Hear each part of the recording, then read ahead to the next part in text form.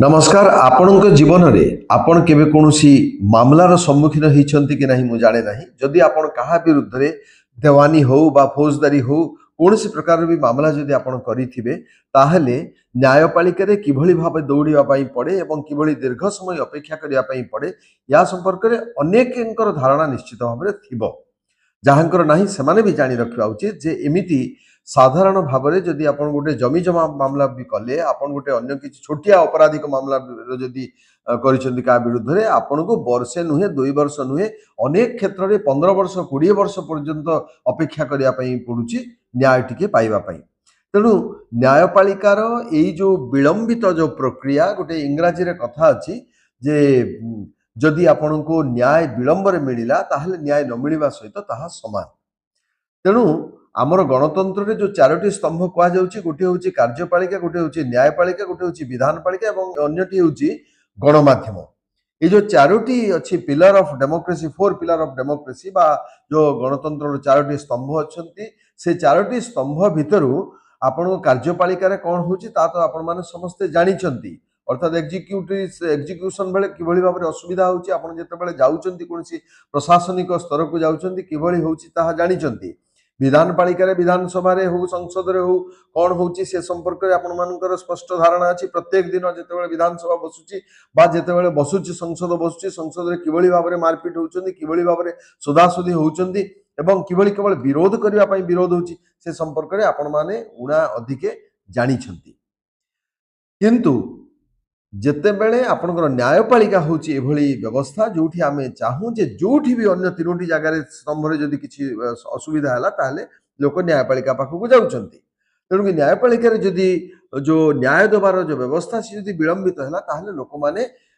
निश्चित भाबरे दुखित हेबे म्रियमाण हेबे एवं हताश हेबे एवं सेही संपर्क रे आजिर आलोचना जे काहे कि भारत वर्ष रे लक्ष लक्ष संख्या रे केस बा मामला दीर्घ दिन धरी पड़ी रोची तार कारण कौन आसंतु से संपर्क रे जानिबा आपण माने से धाडीटी सुनिथिबे जे justice delayed is justice denied अर्थात जोटा मु कहूतिली जे जदि विलंब रे न्याय मिलला से न्याय न मिलिबा सहित समान अनेक लोक एभली जो मामला सब दायर करछंती जो मामला रो जेतेबेले विचार हेई तांको पाखको आसुची तांको सपक्ष रे भी जदि राय मिलुची से राय एते विलंबित होजे सेतेबेलकु से लोक जो सुविधा पाई जा जो असुविधा पाई से मामलाटी करथिला से समय को आ से रहू नाही लोकर मृत्यु पर तार हुए तो आसुची फलाफल आसुची बा जहा विरुद्ध रे दंड विधान करिया कथा से दंड विधान आसुची तेणु कि यार असल कारण कौन ताको आमे खोजिबा पई टिके अनुशीलन करिबा ताको से संपर्क रे समीक्षा करिबा आज डेट रे जदि आपण देखिबे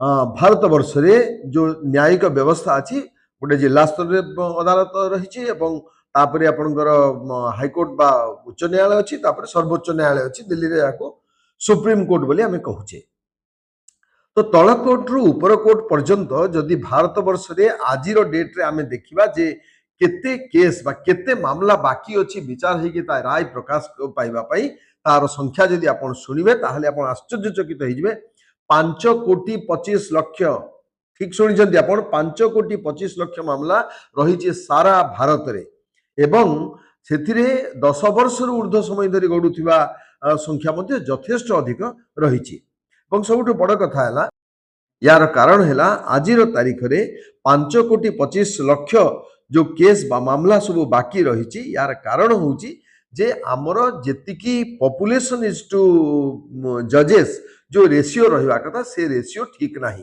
जो हार रे माने लोक संख्या को चाहिकिरी जो हार रे विचारपति माने रहिबा कथा से हार यथेष्ट कम अछि जोथि पई आमर एई दशा हमको भोगिया पई पडुची ଏବଂ ଭାରତ ବର୍ଷରେ ମଧ୍ୟ ଆଜି ଡେଟ୍ରେ ଆମେ ଯଦି 5000 ଊର୍ଦ୍ଧ୍ୱ ବିଚାରପତିଙ୍କର ଯୋଉ ପଦ ଖାଲି ରହିଛି ଯାହା ପରିପୂରଣ ହେଇପାରୁନାହିଁ ଏବଂ ଏହା ହେଉଛି ସବୁଠୁ ବଡ଼ କାରଣ ଯୋଉଥିପାଇଁ ମାମଲା ଗୁଡ଼ିକ ବିଳମ୍ବିତ ହେଉଛି ପ୍ରଥମରେ ନ୍ୟାୟ ବିଭାଗରେ ବା ଜୁଡିସିଆରୀରେ ଯେତିକି ପଦ ଖାଲି ପଡ଼ିଛି ସେ ଖାଲି ପଦ ଗୁଡ଼ିକ ପୂରଣ କରିବା ପାଇଁ ଯୋଉଭଳି ତାଙ୍କର କ୍ରିୟାଶୀଳତା ଦରକାର सेतिकी क्रियाशील नुहंती विभागर जो माने दायित्व रे अछंती एवं द्वितीय कथाटी है जे जेतेबेले भी परीक्षा होउची जज मान पदवी पूरण पाई जो परीक्षा होउची से परीक्षा रे अनेक अकृत कार्य होउचंती जोथि पोस्ट खाली पडुची किंतु ସେଠି ପଦବୀ ପରିପୂରଣ ହେଇପାରୁ ନାହିଁ। ଏଇଠି ଗୋଟିଏ କଥା କହି ରଖେ ଯେ ଆପଣମାନେ ଜାଣିଥିବେ ଯୋଉ ବିଭିନ୍ନ ପ୍ରକାର ଯୋଉ ପ୍ରତିଯୋଗିତାମୂଳକ ପରୀକ୍ଷା ହୁଏ, ପରୀକ୍ଷାରେ ଗୋଟେ ପାସ୍ ମାର୍କ ରଖା ହେଇଥାଏ। କୋଉଠି 30%, କୋଉଠି 50%, କୋଉଠି 60% ଏଭଳି ରଖା ହେଇଥାଏ। ଯେମିତି ଯେତେବେଳେ ଆପଣ ପାଇଲଟ ପାଇଁ ପରୀକ୍ଷା ଦେବା ପାଇଁ ଯାଉଛନ୍ତି, ପାଇଲଟ ଟେଷ୍ଟ ଦେବା ପାଇଁ ଯାଉଛନ୍ତି, ସେତେବେଳେ ସେଥିରେ 100% ରଖିଲେ ଆପଣ ଅନ୍ୟୁନ ପାସ୍ ହେବେ। 100ରୁ 100 ସେଥିରେ ଗୋଟେ 99.9 ହେଲେ ବି ଲୋକ ଫେଲ୍ ହଉଛନ୍ତି। ସେଇଭଳି ନ୍ୟାୟ ବିଭାଗରେ ଯେତେବେଳେ ଆପଣଙ୍କର ଏକ୍ସାମିନେସନ ହଉଛି ବା ରିକ୍ରୁଟମେଣ୍ଟ ପାଇଁ ପରୀକ୍ଷା ହଉଛି, ସେଥିରେ ତାର ଗୋଟେ ମିନିମମ୍ ମାର୍କ ଅଛି ଯେ ଏତିକି ମାର୍କ ରଖିଲେ ହିଁ ଆପଣ ସେଥିରେ ଯୋଗ୍ୟ ବିବେଚିତ ହେବେ। ଅନ୍ୟ ପରୀକ୍ଷାରେ କ'ଣ ହଉଛି ନା ସେଥିରେ କିଛି ନାହିଁ। ଆପଣଙ୍କୁ ମେରିଟ ଲିଷ୍ଟ ବାହାରିଲା, ମେରିଟ ଲିଷ୍ଟରେ ଧରନ୍ତୁ 100 ଜଣ ପରୀକ୍ଷା ଦେଇଛନ୍ତି, 100 ଜଣଙ୍କୁ ଆମର 70ଟା ପୋଷ୍ଟ ଅଛି, 70ଟା ପୋଷ୍ଟ ଟପ୍ରୁ ଆପଣ 70 ଜଣଙ୍କୁ ଗଣି ନେବେ, ଯେଉଁମାନେ ଶେଷ ଯିଏ 69 ପରେ ଯିଏ 70 ହେଲା ସେଥିରେ ବି ତାକୁ ନିଆଯିବ। ତାର ସେତେବେଳେ ଦେଖାଯିବନି ଯେ ସିଏ ସର୍ବନିମ୍ନ ଗୋଟେ ମାର୍କ ରଖିଛି କି ନାହିଁ, ଯୋଉଟାକି ଜୁଡିସିଆରରେ ସେଟାକୁ ମାନି ରଖନ୍ତି। ସେମାନେ ତାକୁ ସେ ଯୋଗ୍ୟତା ସେଇଭଳିଆ ରଖିଛନ୍ତି ଯେ ଏତିକି ମାର୍କ ହେଲେ ସେ କ୍ୱାଲିଫାଇ କରିବ। ଗୋଟେ କ୍ୱାଲିଫାଇଂ ମାର୍କ ବୋଲି ଅନେକ ପରୀକ୍ଷାରେ ନଥାଏ, ଯୋଉଟାକି ଜୁଡିସିଆରରେ ଅଛି। ଏବଂ ଯୋଉଥିପାଇଁ ତାଙ୍କର ଏଇ ଅସୁବିଧାଟି ହୁଏ ଯେ ସଦାବେଳେ ଯେତିକି ପଦ ପାଇଁ ସେମାନେ ବିଜ୍ଞାପନ ଦେଇଥାନ୍ତି ସେତିକି ପଦ ସଦାବେଳେ ପରିପୂରଣ ହେଇପାରେ ନାହିଁ, କାରଣ ସେଇଭଳି ଯୋଗ୍ୟ ବ୍ୟକ୍ତି ମିଳନ୍ତି ନାହିଁ।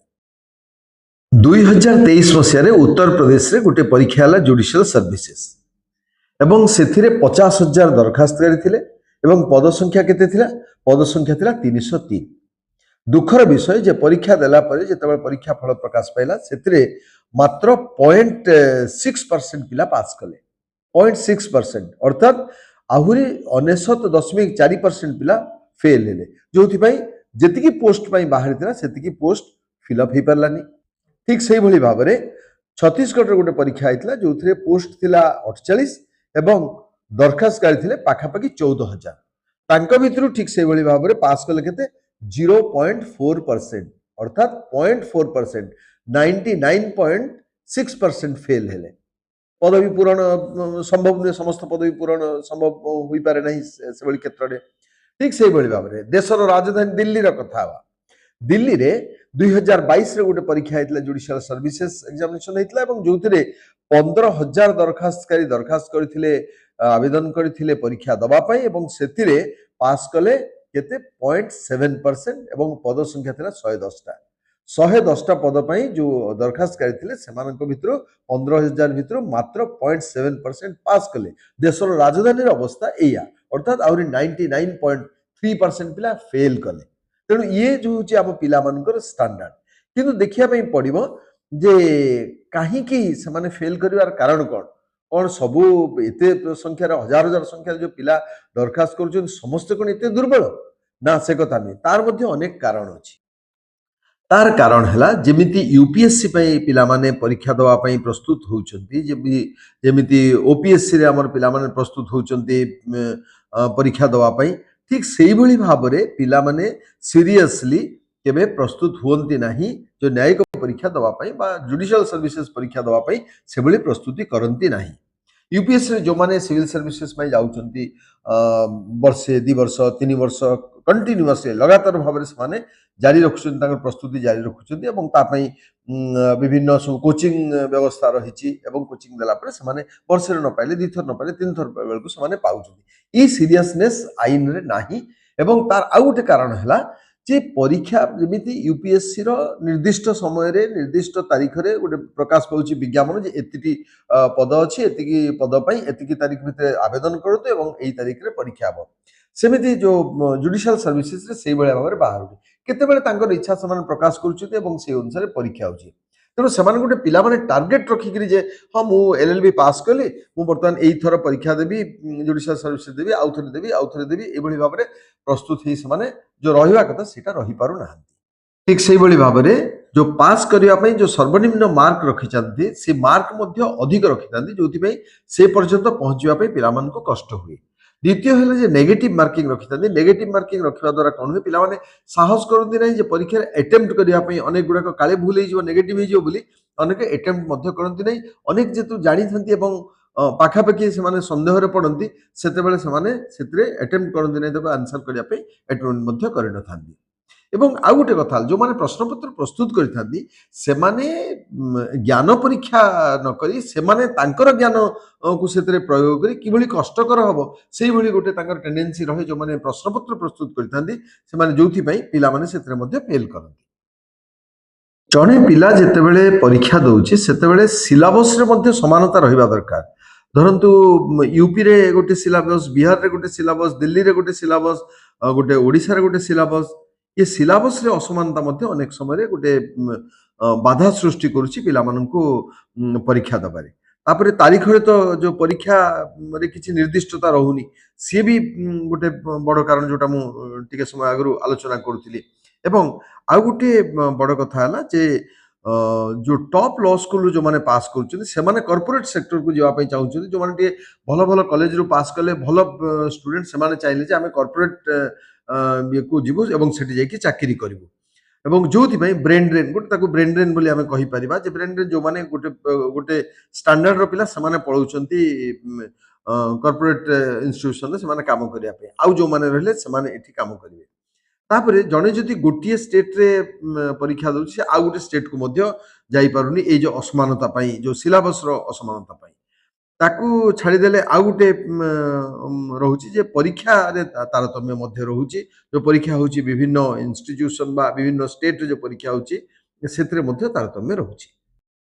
ଆପଣମାନେ ଶୁଣିକି ଆଶ୍ଚର୍ଯ୍ୟ ହେବେ ଯେ ଯେତେବେଳେ ୟୁରୋପରେ 1 ମିଲିୟନ ଅର୍ଥାତ୍ 10 ଲକ୍ଷ ଲୋକଙ୍କ ପାଇଁ 210 ଜଣ ବିଚାରପତି ଅଛନ୍ତି, ସେତେବେଳେ ୟୁନାଇଟେଡ୍ ଷ୍ଟେଟ୍ସ ଅଫ୍ ଆମେରିକାରେ ଅଛନ୍ତି 150 ଜଣ ବିଚାରପତି 10 ଲକ୍ଷ ଲୋକଙ୍କ ପାଇଁ।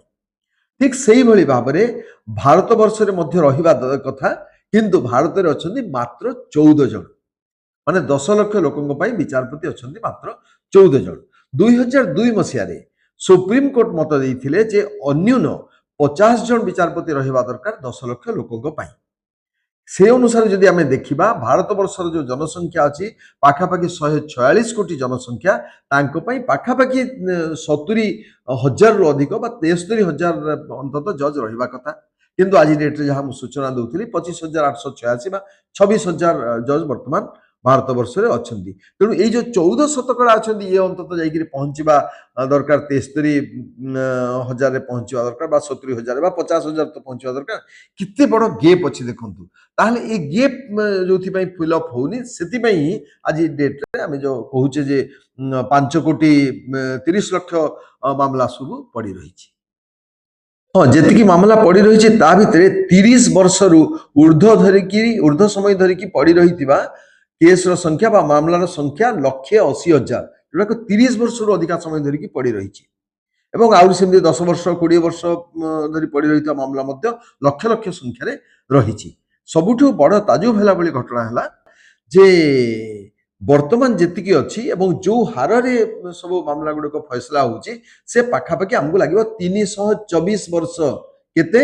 324 ବର୍ଷ ଲାଗିବ ସମୁଦାୟ କେସ୍ ଗୁଡ଼ିକ ଯୋଉ ବ୍ୟାକଲଗ୍ ଅଛି ତାକୁ ଫଇସଲା ହେବା ପାଇଁ। କାରଣ ତା ସାଙ୍ଗରେ ପୁଣି ଆହୁରି ପ୍ରତ୍ୟେକ ବର୍ଷ ପ୍ରତ୍ୟେକ ମାସ ପ୍ରତ୍ୟେକ ଦିନ ନୂଆ ନୂଆ କେସ୍ ସବୁ ଦାୟର ହେଉଛି ବିଭିନ୍ନ କୋର୍ଟ କଚେରୀରେ। ଏବଂ ଏଇ ଯୋଉ ଅଛି ଯୋଉ କେସ୍ ସବୁ ବାକିଆ ରହିଛି ଯାହା ପେଣ୍ଡିଂ କେସ୍ ଯେତେ ଅଛି ସେଥିରୁ ସୁପ୍ରିମକୋର୍ଟରେ ଅଛି ପାଖାପାଖି 60%, ହାଇକୋର୍ଟରେ ପାଖାପାଖି ଅଛି 28%, ନିମ୍ନ ଅଦାଲତ ମାନଙ୍କରେ ଅଛି ପାଖାପାଖି 40%। ତେଣୁକି ଏଇ ହାରରେ ନିମ୍ନ ଅଦାଲତରୁ ଆରମ୍ଭ କରି ହାଇକୋର୍ଟ ସୁପ୍ରିମକୋର୍ଟ ସବୁ ଜାଗାରେ ଏଇଭଳି ଗଦା ହେଇକିରି ରହିଛି ସବୁ ମାମଲା ଗୁଡ଼ିକ ରହିଛି ବିଚାର ହେବା ପାଇଁ। ନ୍ୟାୟ ପ୍ରଦାନରେ ଏହି ବିଳମ୍ବ ପାଇଁ ଆମର ଜିଡିପି ମଧ୍ୟ କମିଛି 1.5%। ଆମର ଅର୍ଥନୈତିକ ଅଭିବୃଦ୍ଧିରେ ମଧ୍ୟ ଘୋର ବାଧା ଉପୁଜୁଛି। କାରଣ ଅନେକ ଯୋଉ ଚୁକ୍ତି ସବୁ ଅଛି ସେ ଚୁକ୍ତି ସବୁ ହେଇପାରୁନି ଏବଂ ଚୁକ୍ତି ଅନୁସାରେ ଯୋଉ କାର୍ଯ୍ୟ ହେବା କଥା ସେଗୁଡ଼ିକ ମଧ୍ୟ ବାଧାପ୍ରାପ୍ତ ହେଉଛି। ଏବଂ ଆଉ ଗୋଟେ ବଡ଼ କଥା ହେଲା ଯେ ଇଜ୍ ଅଫ୍ ଡୁଇଂ ବିଜନେସ୍ ଯୋଉ ସାରା ବିଶ୍ୱରେ ଯୋଉ ଅଛି ଯେ ଗୋଟିଏ କାମ ଗୋଟେ ଶିଳ୍ପ ହେଲା ଗୋଟେ କାରଖାନା ହେଲା କୌଣସି ବ୍ୟବସାୟିକ କାର୍ଯ୍ୟ ହେଲା ଯେକୌଣସି ଇଜ୍ ଅଫ୍ ଡୁଇଂ ବିଜନେସ୍ ଅର୍ଥାତ୍ କେତେ ସହଜରେ ଆପଣ ଗୋଟେ କାମ ହେଇପାରୁଛି ସେଥିରେ ଭାରତର ଯୋଉ ଇଣ୍ଡେକ୍ସ ଅଛି ଭାରତ ସେଥିରେ ବହୁତ ତଳେ ରହିଛି।